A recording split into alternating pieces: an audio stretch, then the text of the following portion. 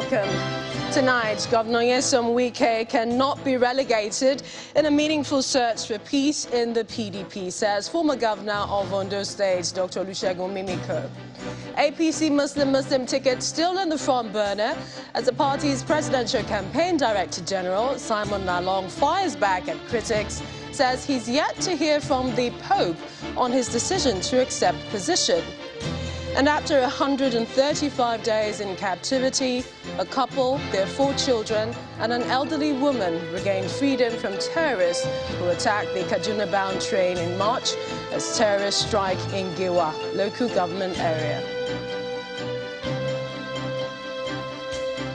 On business news tonight, Nigeria Deposit Insurance Corporation affirms stability of deposit money banks in the country, seeks partnership with law enforcement agencies for prosecution of banking malpractices.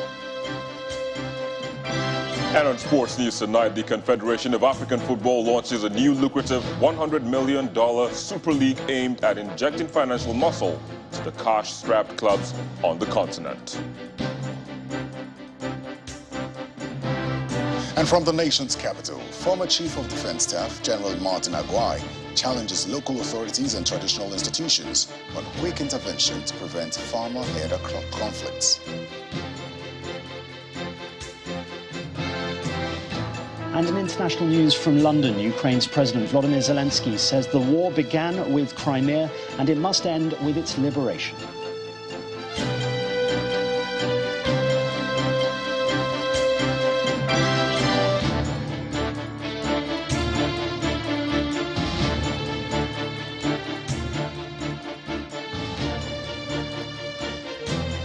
We begin with politics and the happenings in the People's Democratic Party, where the former governor of Ondo State, Mr. Olusegun Mimiko, says the party needs a leader like Governor Nyesom Wike of Rivers State to actualize its mission to rescue Nigeria. Mr. Mimiko explains that the party's leadership needs to act fast in pulling the bond of unity among its members to strongly forge ahead in its mission. He made the assertion in Port Harcourt, where he was a special guest at an event to flag off a road project in the state.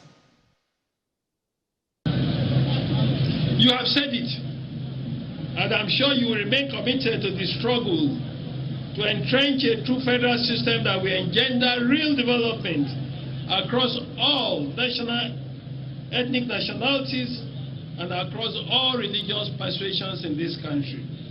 Your Excellency, our party, the PDP, a party for which you have labored so much, seems saddled with the historical duty of forging this unity.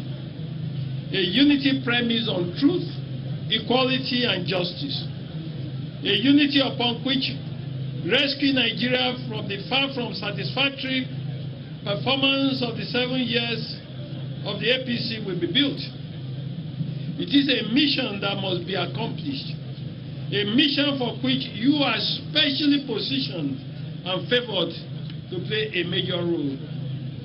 A mission that must be subscribed to by all lovers of this country. You have doubtlessly done well for PDP. And I can assure you that the preponderance of leadership and membership know your worth. I pray that the party will do all it has to do to meet the challenges threatening its cohesion and move on to post a successful outing in the next election. You have also evidently done well for Rivers State, and her people from all parts have demonstrated their love in return for you.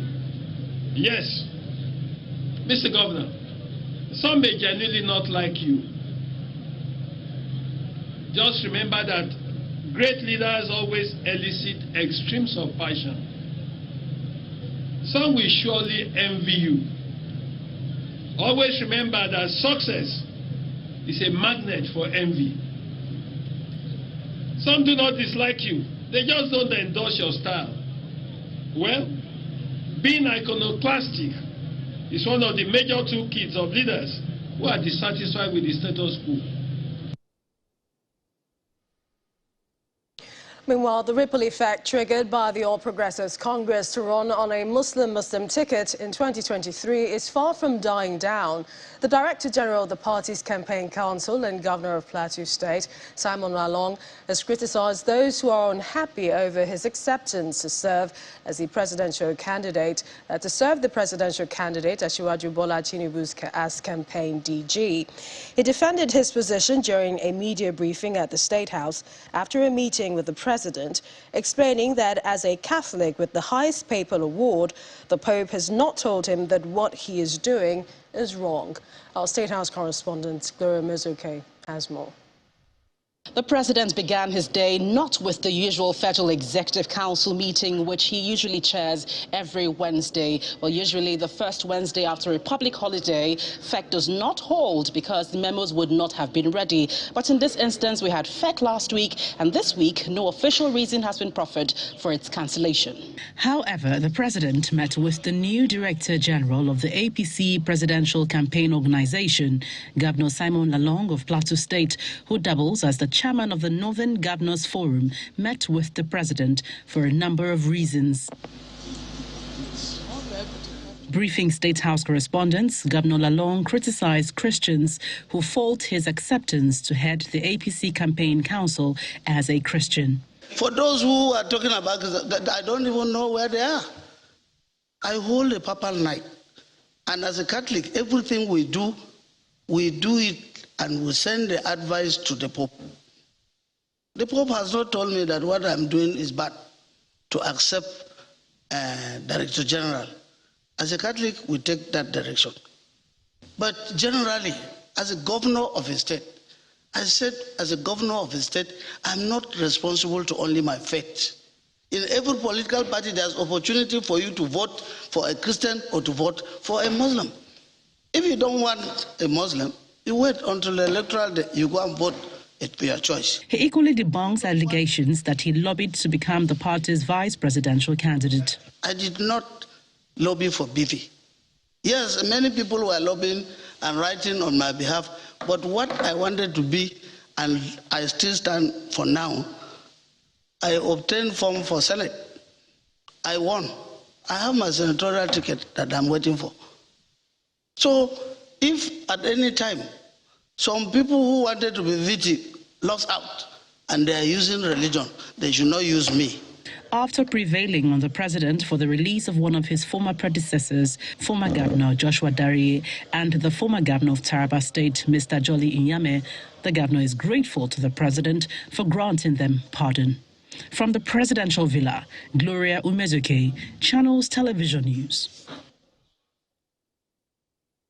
And ahead of September, when campaigns for the 2023 presidential elections officially commences, the Campaign Council of the Action Democratic Party, ADC, is warning against divisive campaigns that will further widen the country's fault lines. The Director General of the ADC Global Campaign Council, Mr. Abdulaziz Suleiman, told journalists at a news conference in Abuja that Nigeria's unity should be paramount.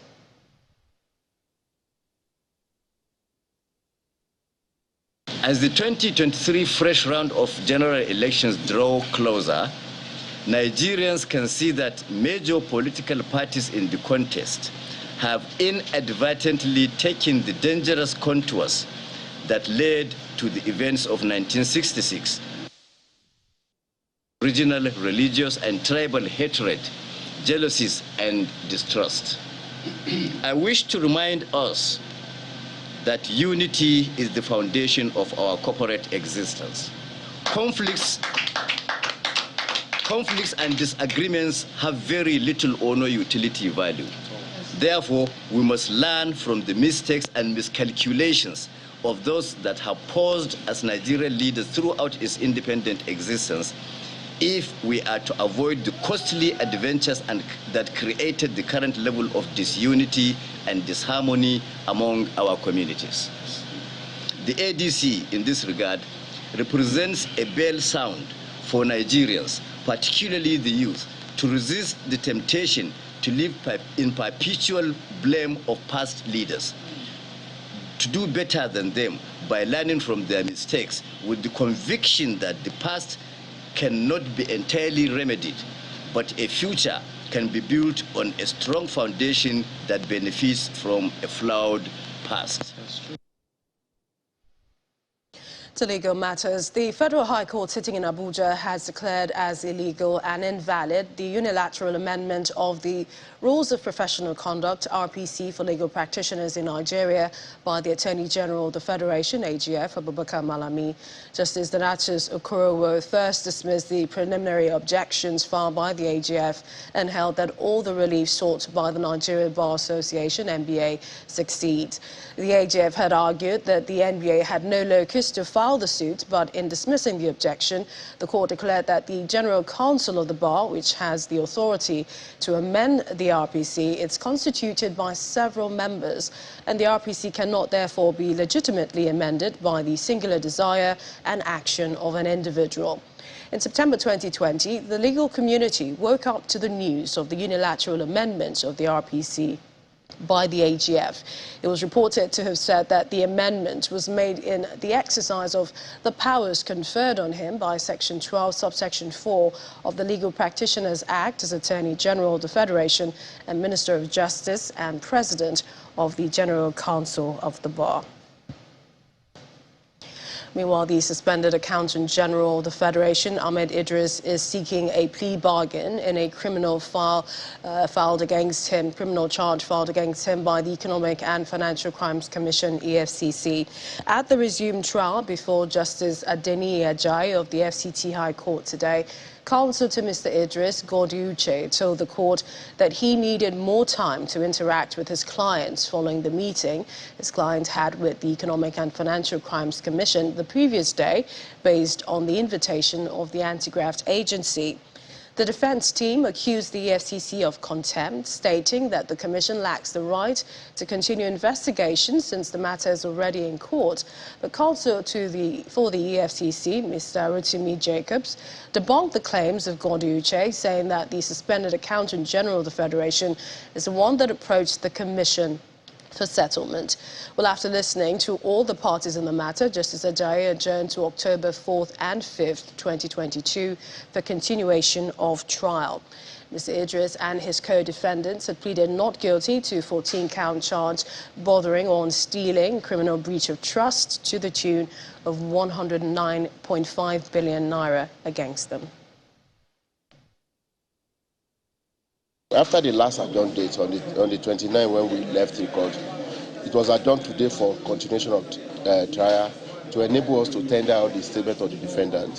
So they sought for an adjournment that day on the 29th that they wanted to consult with their clients so that they can know whether to oppose or not to oppose the statement. So it was adjourned for today, only for them to come today and say no, they are not proceeding. You rely on the purported invitation by EFCC to them yesterday. And I told the court that there was no invitation at all whatsoever to them. They are the one that approached us and asked for settlement. And we say no, that unless your lawyers are there. So the lawyer came, and the lawyer said no, they couldn't hold meeting because they were not carried along with by their clients. And no meeting was held. So only for them to come and use that here to seek for an adjournment is unfortunate. Although the court bent backward and granted them adjournment, because in criminal cases, the judge must be seen to be fair to the defendant. So that's why it was adjourned. So it was a situation they created, it's a situation they used to seek for adjournment. And to security, gunmen have killed one immigration officer and injured two others in the Maitagari local government area, Jigawa State, a border community between Nigeria and Niger Republic. The commandant, Jigawa State Command of the Nigeria Immigration Service, Ismail Abba, who confirmed the incident, told reporters that his men engaged the gunmen in a firefight, forcing them to retreat. He said the bandits arrived at the patrol base on two motorcycles, one carrying 3 people, the other one carrying 2, and immediately opened fire on the immigration staff on patrol, which resulted in the death of one of the staff named Abdullahi Mohammed. He confirmed that another 2 of the team members sustained serious bullet wounds. Elsewhere in Kaduna State, terrorists abducted a woman and her 4 children in Yakwada village in Giwa local government area of the state. The woman is said to be the daughter-in-law of the village head of Yakawada, Alhaji Rilwanu Saidu, an elder brother of the chairman of Northern Elders Forum, Professor Ango Abdullahi. Although police authorities have not commented on the incident, a close relative of the family, Umar Sani, told journalists that the woman, Ramatu Samaila, was abducted along with her 4 children from their residence during the attack, which occurred Tuesday night. In part 2, after the break, Ogun State Governor Dapo Abiodun seeks cooperation with the Nigeria Immigration Service on cross-border crimes. Please stay with us.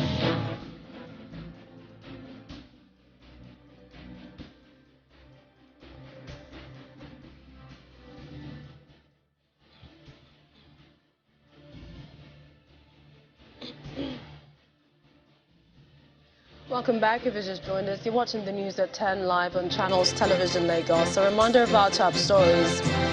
Governor Nyesom Wike cannot be relegated in a meaningful search for peace in the PDP, says former governor of Ondo State, Dr. Olusegun Mimiko. APC Muslim ticket still in the front burner as the party's presidential campaign director general, Simon Lalong, fires back at critics, says he's yet to hear from the Pope on APC's decision. After 135 days in captivity, a couple, their 4 children, an elderly woman regained freedom from terrorists who attacked the Kaduna-bound train as terrorists strike in Giwa local government area. And Ukraine's President Volodymyr Zelensky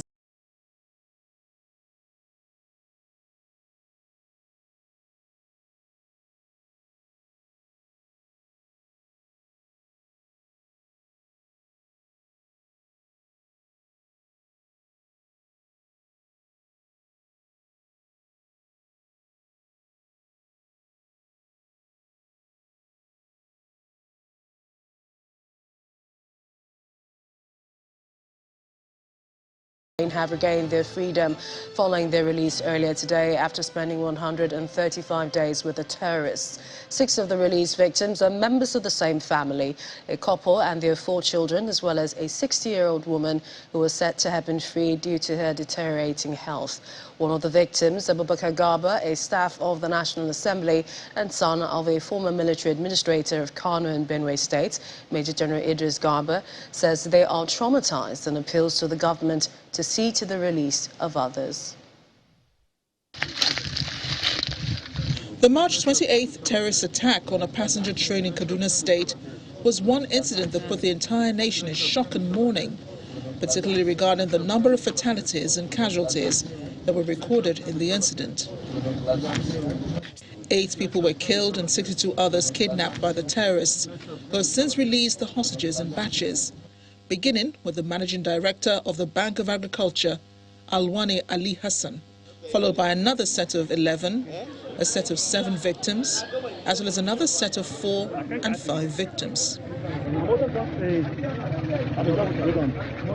It's a breath of fresh air for these new set of 7 victims who were released on Wednesday after spending 135 days in captivity. Among them is Abubakar Garba, who is the son of the former military administrator of Kano and Benue States. Major General Idris Garba, Abubakar was kidnapped along with his wife and 4 children. Having spent 135 days, we regained our freedom. It's overwhelming. I'm happy and at the same time saddened because I left good people back there. 65 of us boarded the train in March 28, 2022, and we have good people, innocent people, people that hard-working people. They left their wives, they left their families back here. I was lucky, I was privileged to have my family back there, though it was traumatizing, but then at the same time, we would like to plead on the federal government to please sit down and dialogue with these people. For this member of the negotiating team, Tukuru Mamu, the health condition of the freed victims and the remaining ones in the forest call for urgent action by the federal government. I think it's a very important milestone in in this effort, which indicates that there is no reason for government, for example, to waste time in negotiating the release of these people. There is nothing more than preserving these innocent lives, more so in a situation whereby their lives is visibly in danger. So I hope and pray that government will do as much as possible to ensure the release of the remaining captives as soon as possible. So far, a total of 37 kidnapped passengers have been released by the terrorists, while 27 are still in captivity. Mamu believes the federal government must intervene as soon as possible to get them released before it's too late. Meanwhile, over 100 suspects have been arrested by operatives of the State Vigilance Service in the last 6 months for various offences ranging from banditry, kidnapping and illegal drug trafficking. This according to the commander of the Vigilance Service, Brigadier General Umar Ibrahim, during a parade of 3 suspected drug peddlers who were arrested in various parts of the state. Speaking while handing over the suspects to the representative of the National Drug Law Enforcement Agency in his office, the commander says the arrests were made by his men following a tip-off about the activities of the drug traffickers.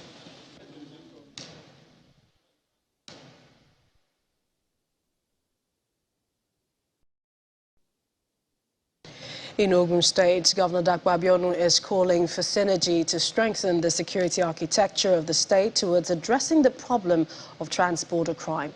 The governor explains that the residents at the border posts have been subjected to harassment and intimidation from criminals who usually cross from Benin Republic to the state to perpetrate crime.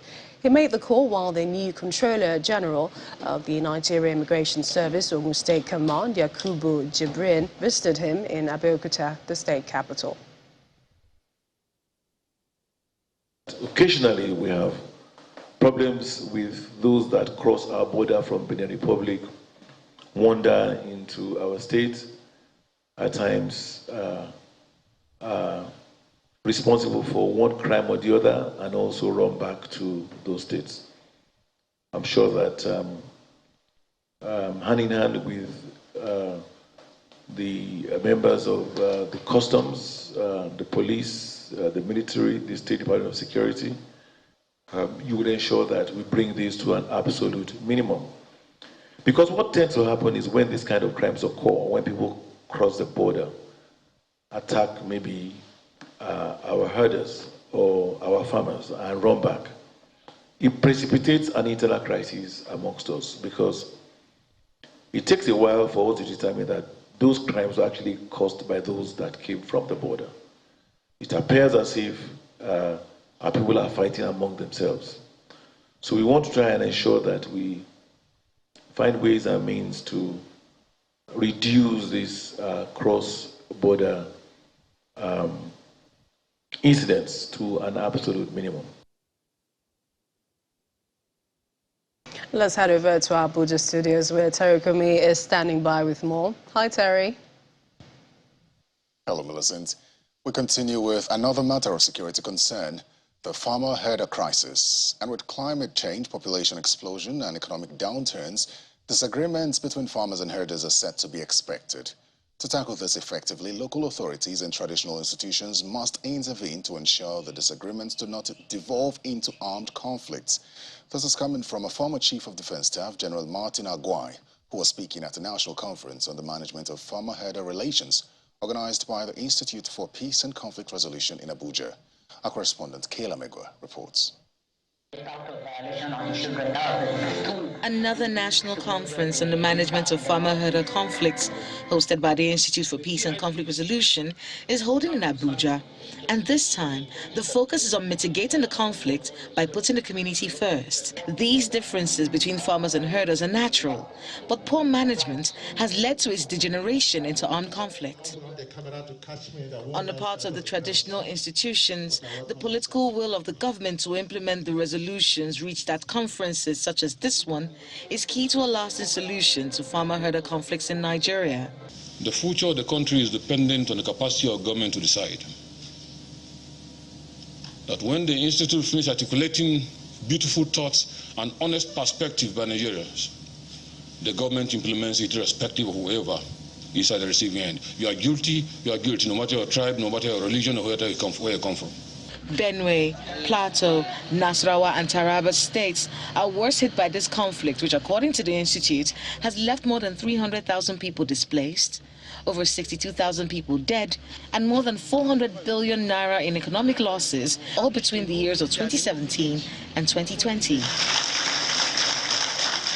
Collaborations between all actors in this crisis is suggested by a former Chief of Defense Staff, and he harps on a people-centric approach in resolving the farmer herdsman crisis. We need to take our people from the grassroots level up and begin to know that most of the drivers of the crisis, whether they are herders, farmers that have now metamorphosed into criminality, they all start because people at the top, not from the bottom, people at the top want something.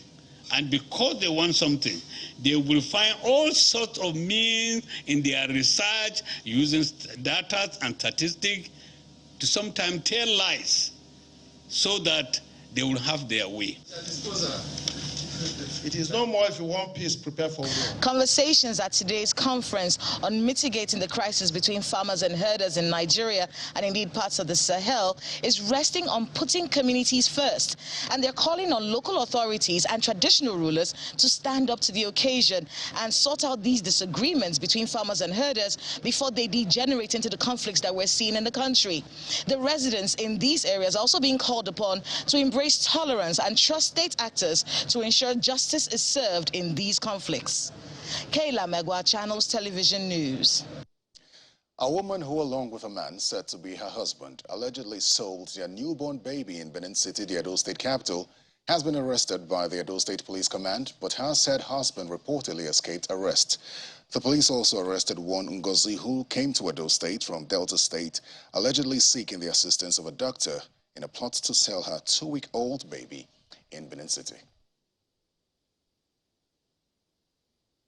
Well, still ahead on the news at 10, the Nigeria Deposit Insurance Corporation affirms stability of deposit money banks in the country, seeks partnership with law enforcement agencies for prosecution of banking malpractices. That's on Business News, so stay with us.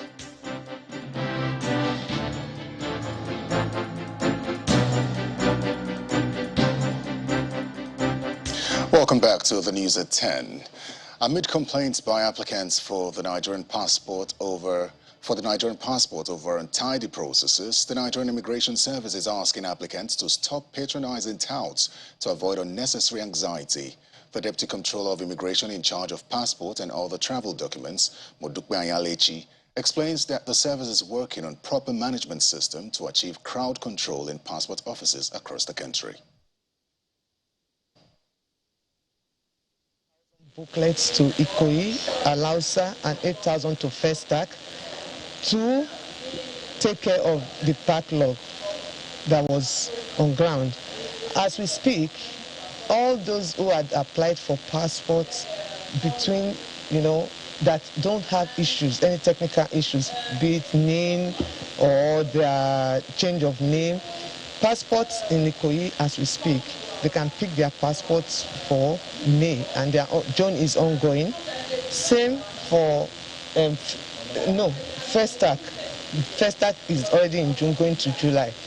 So in line with our 3 weeks for reissue marks and 6 weeks for fresh, that is fresh.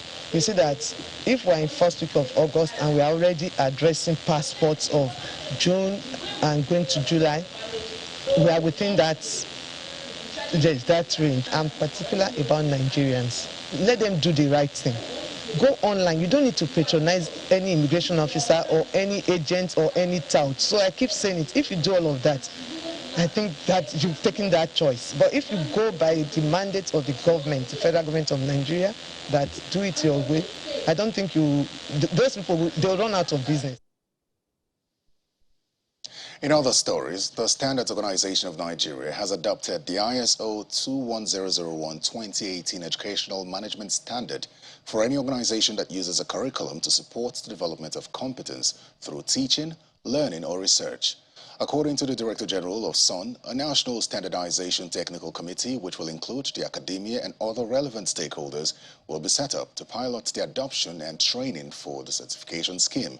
It is aimed at improving educational organization management systems in the country. Now we return to Rivers State, where Governor Nyesom Wike has continued his urban renewal drive with a flag-off of the dualization of the Azikiwe-Ilo-Abuchi Road in Port Harcourt. The exercise was performed by the former governor of Ondo State, Olusegun Mimiko. It's a gathering of Rivers State government officials, community leaders, and a special guest and former governor of Ondo State, Olusegun Mimiko, to witness another milestone of the Nyesom Wike administration's policy on urban renewal and rural generation.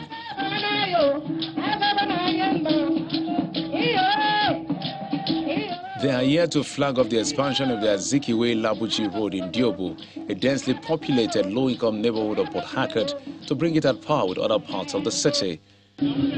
Businesses will pop up here and there, and the road is 29,200 square meters in area. The median will be 1.5 meter width. It's going to have two side drains with cross-sectional width of 1 meter each. Before bringing on his guests for the special assignment, Governor Wike assures that the contract, despite how daunting it appears, must be completed in 6 months. We are not using all local companies, we are using Jonas Mega, which is the most reputable construction company apart Nigeria is assigned. So, at the end of the day, this year road will last, the seats land will be there, and the economy of this place will improve. Their property will increase. So, all we are saying, our own campaign have always been Operation Show Your Report. The former governor of Ondo State, who commends Governor Wike's efforts in infrastructural development. Your Excellency, it is a pleasure for me to be here again, to be part of yet another celebration, a part of what is fast turning to Governor Nyesom Wike's unending commissioning and flag off of impactful projects. As I said, when I was here in December last year to commission the Rumola flyover, you have proved worthy of the sobriquet Mr. Project. May the Almighty God continue to strengthen your hands. He then moves in company of his host and others to perform the flag off ceremony.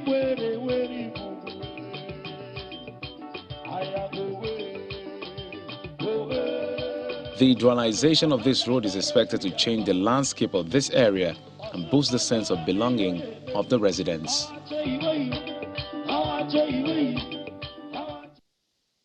And that's all from Abuja. The news continues in Lagos with Millicent. Mine thanks, Terry. Now to some company news. Eco Hotels and Suites Lagos says it is raising the stakes in the Nigeria hospitality industry as it organizes the 4th edition of its annual Tropical Christmas Wonderland this December. At a press conference in Lagos, the management of the hotel explains that the Christmas event targets the whole family, and the hotel is partnering with Waka Now as its official ticketing partner. The Christmas holiday package with an African theme will kick off December the 22nd, 2022 and run through January 2nd, 2023. The packages are available in 5 and 9 nights from 2.3 million naira. Eco Hotels and Suites, one of the most preferred hotels in West Africa, is once more inviting families to its Tropical Christmas Wonderland 2022 events. In its 4th year, An African Tale of Christmas is the theme and the Pride Land the destination. Here's a platform where children, parents, families will get to experience a few things about Africa that they otherwise don't know about. The story of Santa, because that is the crux and the stem of what Christmas is about, and all the joy and love that Santa brings. For the first time, Santa will come to Africa as a guest. We will tell him how we do it in Africa. This time, Eco Hotel is not traveling alone. There is a worthy partner in Waka Now. Now we have a chance to give them an African Christmas, a Christmas that without going to the village, without going anywhere. Now they can experience a little bit of the Western world with theme parks, with experiences, but with an African content in it. For the event that has become a choice holiday destination for guests and families to create Christmas memories, this year comes with an African junction and wet and dry theme park sitting on 15,000 square meters of land on Eco Atlantic, among other activities. We're going to have a theme park there, both wet swimming pools and things like that, and dry, people running around and kids playing, and that's the reason why we moved to Eco Atlantic. Okay, we're going to have extremely nice food throughout the stay, relaxation, swimming pool, you know, everything. Several holiday packages are available across 4 hotels: Eco Signature, Eco Suite, Eco Hotel and Eco Gardens, for between 5 and 9 nights at affordable rates. Eco Gardens is our cheapest package. For 2 rooms, a family of 4, breakfast, lunches, dinners, tickets and all access to all the events, access to the theme park on Eco Atlantic all day for either the 5-day package or the 10-day package. You're looking something around 2.3 million naira. Holiday packages will run from between the 22nd of December 2022 to January the 2nd, 2023. Sure, lots of families are looking forward to that. And the 2022 Stanbic IBTC Africa China Trade Expo has opened in Lagos as part of its efforts at promoting trans-regional trade and development between Nigeria and China. Stanbic IBTC Holdings PLC, a member of Standard Brand Group, says the 2-day hybrid conference and exhibition themed Synergy for Growth is geared at providing insights and opportunities for participants. According to the chief executive of Stanbic IBTC Holdings, the event would serve as an avenue to showcase Nigerian and Chinese exhibitors and would as well provide opportunities to build relationships within the trade community. What comes to mind when you think about China? Quite often it's thought in terms of the quantum of goods and machinery into the continent. But did you know that China do require so much imports from Africa? Well, first off, welcome to Stanbic IBTC 2022 African China Trade Expo, on-site hybrid and exhibition event. Accessible of the 2-day expo. At a trade deficit of 3-1 in favor of China, the Chinese government has a national policy to triple Africa's export by 2024, and Stanbic IBTC, a member of the Standard Bank Group, wants to be your plug. We discuss on trade policies, export and import strategies, international, interregional exhibitors from the Nigerian and the Chinese markets. We will also showcase through our African-China trade solution how we are able to provide access to over 16,000 Chinese suppliers. With an African-China solution desk, it will not just help you with financing, but want to help Nigerian businesses with pre-shipment solutions, shipment, guaranteed trade agreements, validate the sourcing of products from China and more. We do this by being in the center of the activities, and so many programs that we involve and invest in is to create the enablement for numerous intending customers from Nigeria. The federal government has a role to play through the Nigeria Export Promotion Council. The Nigerian Export Promotion Council has taken up this responsibility in the past 2 years to ensure that we bring these MSMEs together, we build their capacity, we train them, and it has also generated an online exhibition via an app where you can visit booths for equipment, farming, manufacturing, packaging, and virtual matchmaking of verified vendors. That our slogan is Africa is our home and we drive our growth. What that practically means is I need to understand Mr. Emery's vision and growth, and then use our infrastructure, relationships, and capability to make and help him realize that. And a testimony of a Nigerian big export in China and the operator of the Nigerian Export Trade House in China. Stanbic has made it so easy, the way they made it easy for me, to be able to relate with those customers that you have out there in China. Trade is the driver of international economic stability. Stanbic considers its efforts at facilitating growth for Nigerian and Chinese businesses by connecting them to opportunities, thereby reducing the trade imbalance. Let's go over to Anne Wilder. She's got more business news. Thank Banking, so easy, so simple. Dial *894# now to experience it. You first, First Bank.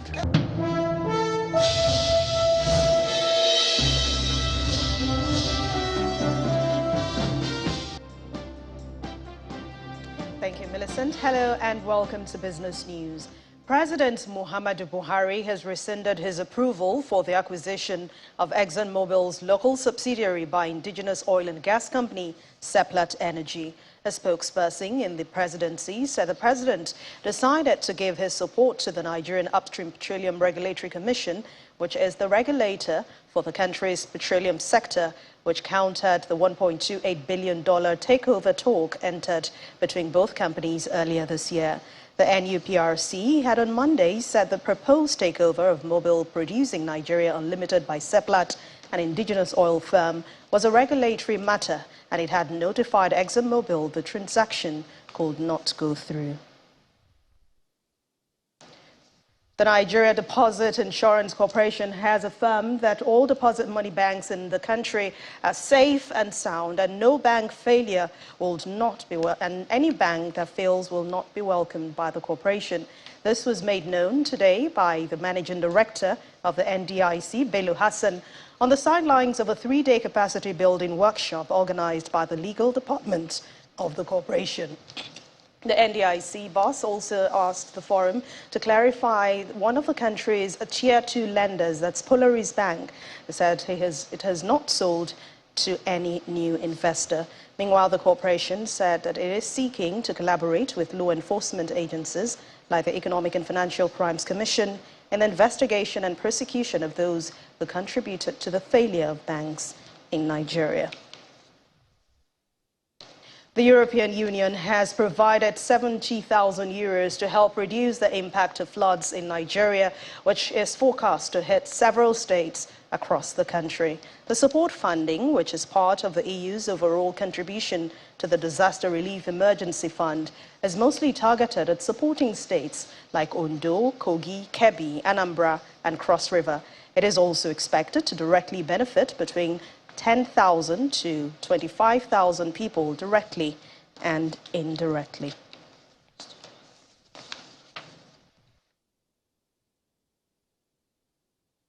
More than 390 billion naira, that's the amount that's been gained today from a massive loss recorded yesterday in the trading session. Investors are taking advantage of the lower prices of some high-value equities. Laddie Williams has the details.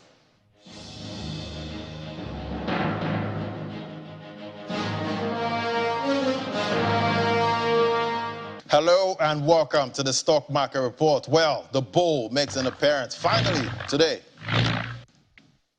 And it's not about the margin, making back 1.47%, over 0.5% of what was lost in the first trading and second trading session. And we see the all-share index, they're back at 50,000 level. I'm keeping my eyes on this 50K level to see if it holds longer. Well, market cap also back to 27 trillion naira. Let's look at the activity chart. We're seeing buy interest today with 279 million units of stocks traded, valued at 2.08 billion naira, and we see deals lower today at 3,576. Let's look at the top Guinness counter. Wow, Dangote Cement back up again, 265 naira, up 9.96%. We saw Dangote Cement hammered yesterday. It dragged the market down, and we're seeing it pull the market back up today, and we see NEM Insurance there.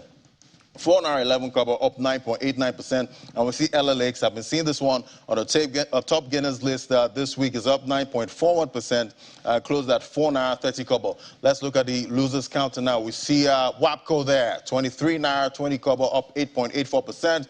NACO, 5.30 cover, up 8.62%. And we see Honeywell Flour there, down 6.41% at 2 naira 63 cover. Well, gains recorded in large and medium capitalized stocks raised the market today, but could it be a dead cat bounce? We'll see. And that's the Stock Market Report. I'm Laddie Williams. It's back to you.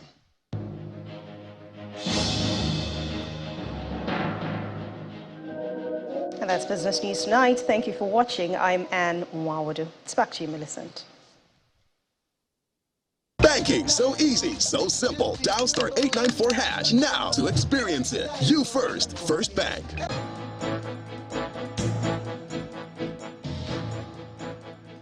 strikes, and G7 foreign ministers have called on Russia to immediately hand back control of the Zaporizhzhia nuclear power plant to Ukraine after accusing Moscow's forces of putting the entire region in danger.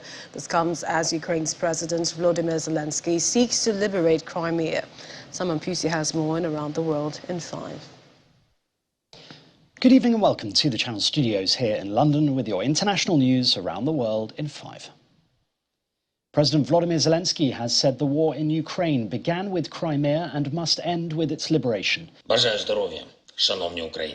Ukraine's president was speaking after a string of explosions hit a Russian airbase there, killing one person. Mr. Zelensky did not mention Tuesday's blasts, but said Crimea is Ukrainian and we will never give it up. Russia's defense ministry said ammunition detonated at the base. Meanwhile, Ukraine denied any responsibility for the explosions.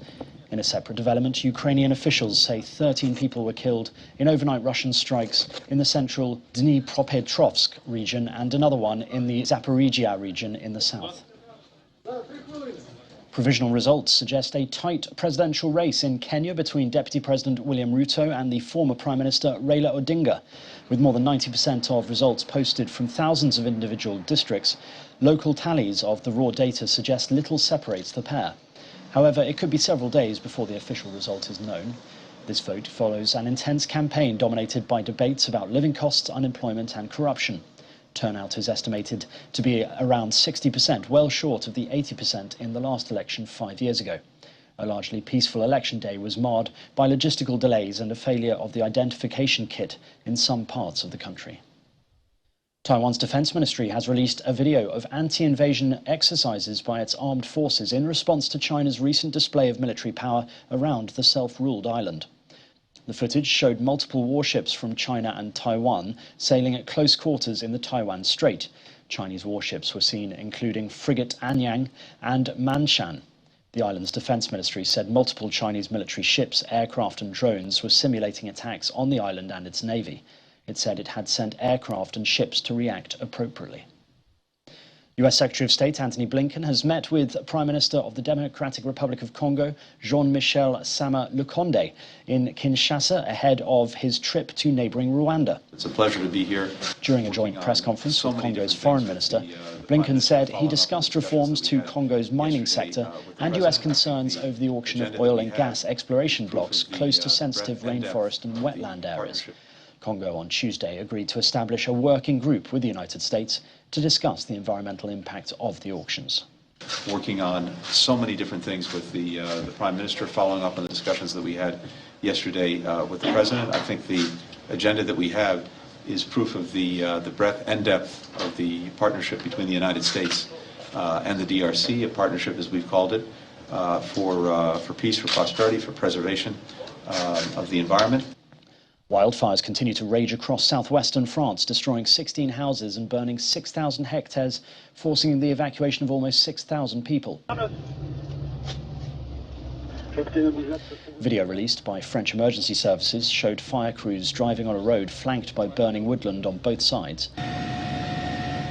In a social media post attached to the video, the French fire service described a return to the inferno, referencing the fact that the area had already been hit last month by huge blazes. The department of Gironde in southwestern France was hit in July by 2 wildfires which destroyed more than 20,000 hectares of forest and led to the evacuation of almost 40,000 people. A beluga whale that became stranded in France's Seine River has had to be put down, ending a dramatic rescue mission that captivated world audiences. Officials say vets took the decision as the 4-meter mammal was being moved in a refrigerated truck. Overnight, rescuers spent nearly 6 hours lifting the 800-kilogram whale from the river using a crane and nets. They had planned to release the animal into the sea, but its health deteriorated after failing to eat. And finally, members of Mexico's indigenous communities have taken to the streets of the capital to celebrate their heritage and demand more rights. Their Mexico City march marked the United Nations Day of the World Indigenous Peoples. A spokesman for the march said 18 indigenous communities took part in the celebration. Among those taking part were indigenous groups from the southwestern state of Oaxaca, such as Triqui, Mazatec and Zapotec, as well as groups from the southern Chiapas state. They wore traditional clothing as they marched down Reformer Avenue in the city centre. And that's your international news around the world in 5. Now back to the Channel studios in Lagos.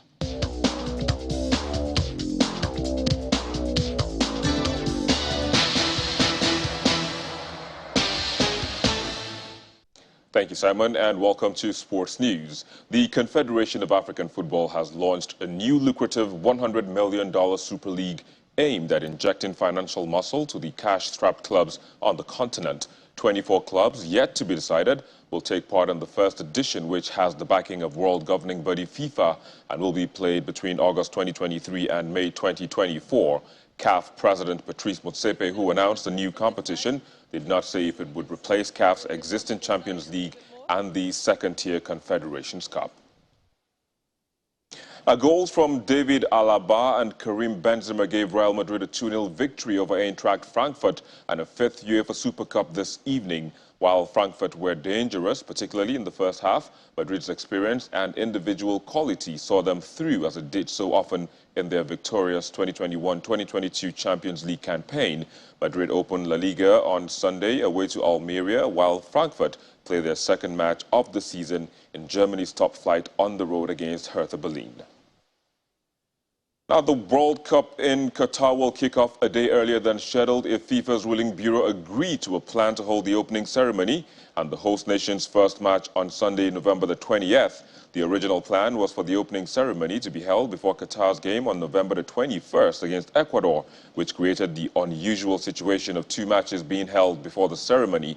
The Group A match between Senegal and Netherlands, as well as the Group B match between England and Iran, were scheduled to take place before the ceremony on Monday. And that's a wrap on Sports News. It's back to Millicent with the wrap of the news at 10. Thank you for watching. I'm Victor Matthias. And thanks, Victor. And the main news again. The former governor of Ondo State, Dr. Olusegun Mimiko, today said Governor Nyesom Wike of River State cannot be relegated in the meaningful search for peace in the People's Democratic Party. That's the news at 10 tonight. Thank you for watching. I'm Millicent Walker. Have a good night and stay safe.